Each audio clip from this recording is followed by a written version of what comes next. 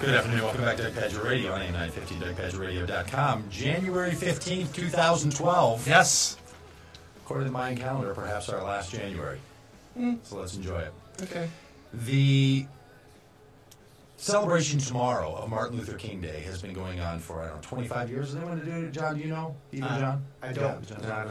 I don't know, about 25 years ago. I bet Will could look that up for us, that we've had a national holiday representing the story of Martin Luther King. I think he has that tattooed on his ear. I thought. And for this period of time, we have been reflecting on what does it mean for this nation to be just, for this nation to be full of peace, for this nation to be full of community formation that is equal and fair to all. And we haven't just been telling that story in the last 25 years. Haven't just been telling that story since 1963. Haven't just been telling that story since the founding of the nation in 1776. We've been telling that story as humanity in a whole variety of ways. And so we're having a themed hour around the celebration of Martin Luther King and the ideas that came out of the Martin Luther King Day that will be celebrated tomorrow on the 16th of January. Where some of the kids, I think, might have off school. Is that true? I don't know. That is true. My children will be home. Yeah, I mean, and this is where parents say, could we have pushed that a lot? We just got rid of the kids after 2 weeks of being home, back in school for a week, and now they got a Monday off. That's true. But barring that, there's a great conversation that goes on. John Noltner joins us here in the studio. He is a part of an effort, and I call it an effort because we're going to talk about a book, and we're going to talk about a website, and talk about a traveling art exhibition, but also about a storyline called A Piece of My Mind. And peace is spelled P-E-A-C-E. So it is a dialogue of exploring the meaning of peace one story at a time. John, you've been on the show before. Thanks for being back. Yeah, like on the Colbert Report, we like to say you're a friend of the show because you've been on the show before. Thanks for coming back. Last time we were together, you were in the book formation stage of these interviews, if I remember that right. Yeah, that's right. We were, I think it was July of 2011 that I was here, and Yes. we were hoping for and working towards a book, and it's now a reality. By golly. By golly, it happened. And I can attest, and if you're watching on the video feed over at DougPagittRadio.com, you can see the book itself, and we're going to have a little caller competition for someone to win a copy of this book. They are currently sold out, which is either a... Now, don't say sold out because then people will be discouraged. They're nearly sold out. I've still got a few left. Okay, so people need to get their orders in. You're going to make more. And we are making more. We're going to be on press in about a week and a half. So it's a big hit. So far, it's a big hit. And tell us about the idea of this effort. You've done interviews in the book. There are 51 interviews with people who are doing something that brings about peace in the world that they live in realistic ways. And you've interviewed them. You have some beautiful black and white photos, and it sort of invites people into a conversation of peacemaking in their own world. Yeah. It has turned into this great framework to sort of encourage conversations about conflict resolution and tolerance and civic responsibility. It started as a very simple notion, which is to ask people the very basic question: what does peace mean to you? And so some people might talk about political peace or spiritual peace or inner peace. It's really about what that word means to them, because peace is a word that we throw around a lot in popular culture. You know, you'll find it on T-shirts. We'll say it in greetings, but we don't often take the time to think about what it really means and how that should incorporate into our daily life. And what I like about this effort, from when we talked about it in July and then seeing the book and the website, when you say we don't often talk too much about what it really means, you have a very broad sense of what that means, which is why you ask people their stories. Yeah, so rather than saying there's one thing that peace means, and I want to hang around people who think the way I do about it, you've said to people, what does that mean to you? Because that's what it means. Yeah, in fact, it's the antithesis of wanting to hang around people who think like I do. This is about inviting a conversation, and Rabbi Joseph Edelheitz talked about this earlier, having the courage to open up a dialogue, because not everybody is going to agree with us. We know that. We have that experience. And when we retreat into our own groups, when we sort of fragment into these camps of like-minded people, we really lose the opportunity to build consensus, to build solutions for our world. I heard someone use this great turn of a phrase, is saying that we're going to see peace in our world not when we get a critical mass, but when we get a critical yeast. It's a fun little idea, saying that yeast is the activator inside of bread. And it's not do we have enough people, but do we have the right people in the kinds of yeasty conversations, the kinds Sure, of the creative- catalysts the that can move it catalysts. forward. Yeah. Right. So do you have the critical catalysts, the right people in conversations with one another? Yeah, and that's what this book is intended to be. It certainly is not intended to give people the answer of what is peace to you. It is intended as a catalyst to foster these sort of conversations, to get people talking about it, because we're all about the same age, and when we were growing up in school, nobody talked about recycling.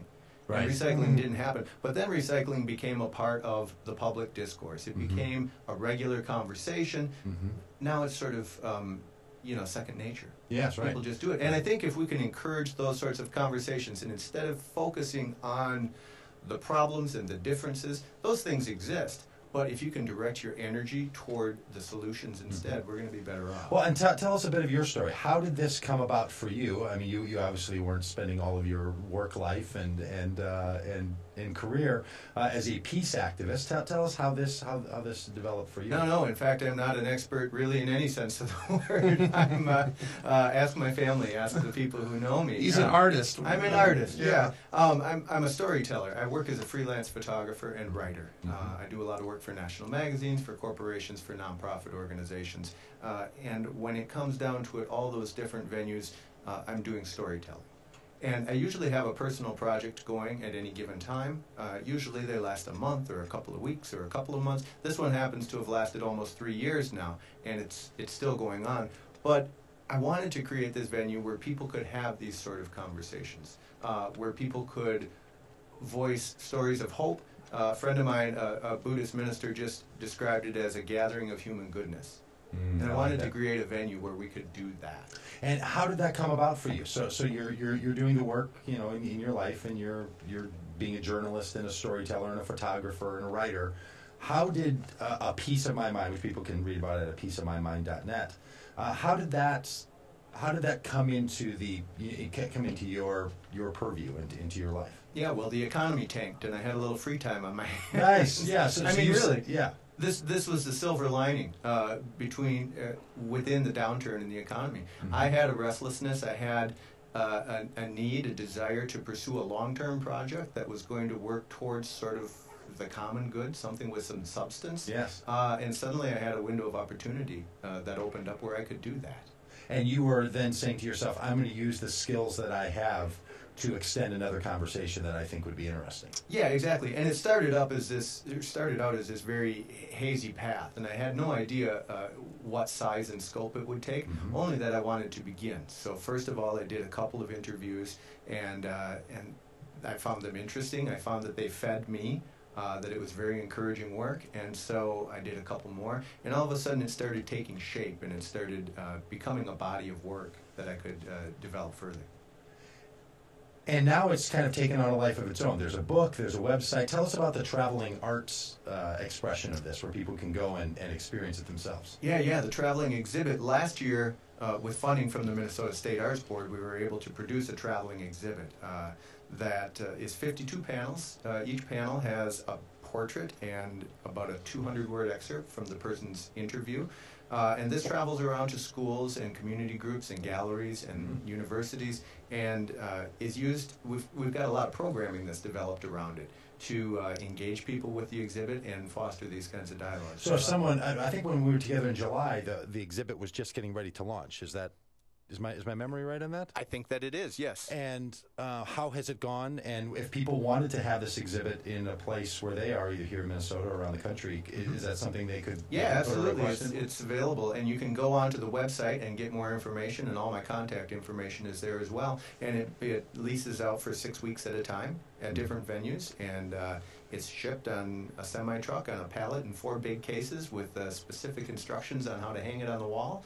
And and there are a lot of ideas with how to use it to engage with your community. And so it's been in schools. So if someone was a school teacher and listening to this, they could talk to the school administration and try to invite their school to be a part of it. Yes, that's right. We're working with a school district right now, working with a way that they can bring the exhibit later this spring and use it as a sort of a team building and student development enrichment program.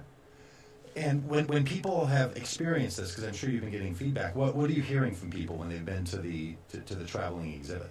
You know, it's one of my favorite things to do, to be unnamed and stand in the corner and watch people read it, because you know, people really seem drawn to it. You'll watch people when it's in a public space who are walking by very quickly, who just glance over and they see a face, they see a portrait that grabs them, and they backtrack and they'll go and spend time with it, and then move on to the next one and the next one. And it really turns out to be this very accessible way to draw people in. You'll see faces that remind you of you, that you can identify with, and then you read their stories and you find it very human, and then you move on to the next one, and it might challenge you a little bit, or maybe it doesn't, but in a very non-threatening way, and non-confrontational way. It can open up some new ideas. And these are black and white photos that you've taken of the people whose stories are told about how they're expressing peace in their own life. What does the exhibit look like? How large are these panels, and like what's the physical environment? Each of the panels is 2 feet wide and 3 feet high. So 2 by 3. They're made out of canvas gallery wraps. So photographic canvas, the image is printed on, stretched around a wooden frame. And so they're close-ups most of the time of someone's face, or majority of shoulders. They're about life size by the time, because the prints are 20 by 20 and mostly just a face shot, and they hang about at eye level. So as you go through the exhibit, you're looking these people in the eye. Fantastic. That's John Noltner. Hold on with us, folks, over the break here. Of course, listen to the advertisers, and go to apieceofmymind.net.